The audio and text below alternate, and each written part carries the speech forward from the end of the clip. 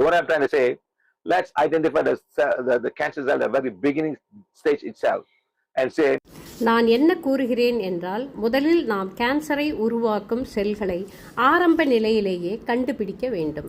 healing on, blaze away and burn away and disintegrate all the cancer cells in the body and stop the blood supply to these cancer cells. அதன் பிறகு சக்திக்கோலை பயன்படுத்தி, சக்திக்கோலே என் உடலில் இருக்கும் அனைத்து cancer செல்களையும் கரைத்து சிதைத்து எரித்து பொசுக்கி நீக்கிவிடுங்கள். பிறகு இரத்தத்தை அந்த செல்களுக்கு அனுப்புவதை நிறுத்துங்கள். Okay, let's stop. Because the blood supply don't go to cells, so the body will have to, we have to program the body that the blood supply do not go to these cells and the cells will die. So let's start doing something like that. Okay, my friends? So the ரத்தம் அந்த செல்களுக்கு போவதை தடுக்குமாறு நம் உடலுக்கு ஒரு program செய்வோம். ரத்தம் அந்த செல்களுக்கு செல்லவில்லை என்றால் கேன்சர் செல்கள் இறந்துவிடும். blood, and the blood carries what? Oxygen, carries glucose, carries water, everything the cell needs.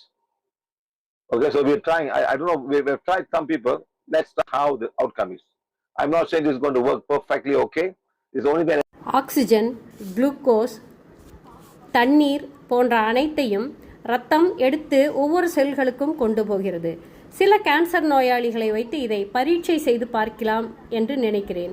இது முழுமையாக நடக்குமா என்று என்னால் உறுதியாக கூற முடியாது. கொஞ்சம் சிரமமான விஷயம்தான். Otherwise it's so difficult. Blaze away and burn away all the energy supporting the cancer cells. And then one more. Cancer செல்களுக்கு ஆதரவு தரும் அனைத்து சக்திகளையும் சிதைத்து எரித்து பொசுக்க வேண்டும். Blaze away and burn away and disintegrate all the cancer. 3. 1. Stop the supply of prana or life force to all of the cells. Next, disintegrate all of the cells. Number 3, stop the blood flow to all of the cells. Okay? Let's see how it works. முதலில் பிராணசக்தி, உயிர் சக்தி, மற்ற சத்துக்கள் போன்றவை அந்த செல்களுக்கு செல்வதை தடுக்க வேண்டும். இரண்டாவதாக கேன்சர் செல்களை கரைத்து சிதைத்து நீக்க வேண்டும். மூன்றாவதாக அந்த செல்களுக்கு ரத்தம் செல்வதை தடுக்க வேண்டும். முயற்சி செய்து பார்க்கலாம்.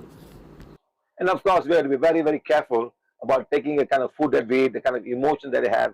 So 75% of the cause of cancer is all to do with emotions, especially women. There are so many issues. நாம் உண்ணும் உணவு, நம்மளுடைய உணர்வுகள் மிகவும் முக்கியமானவை.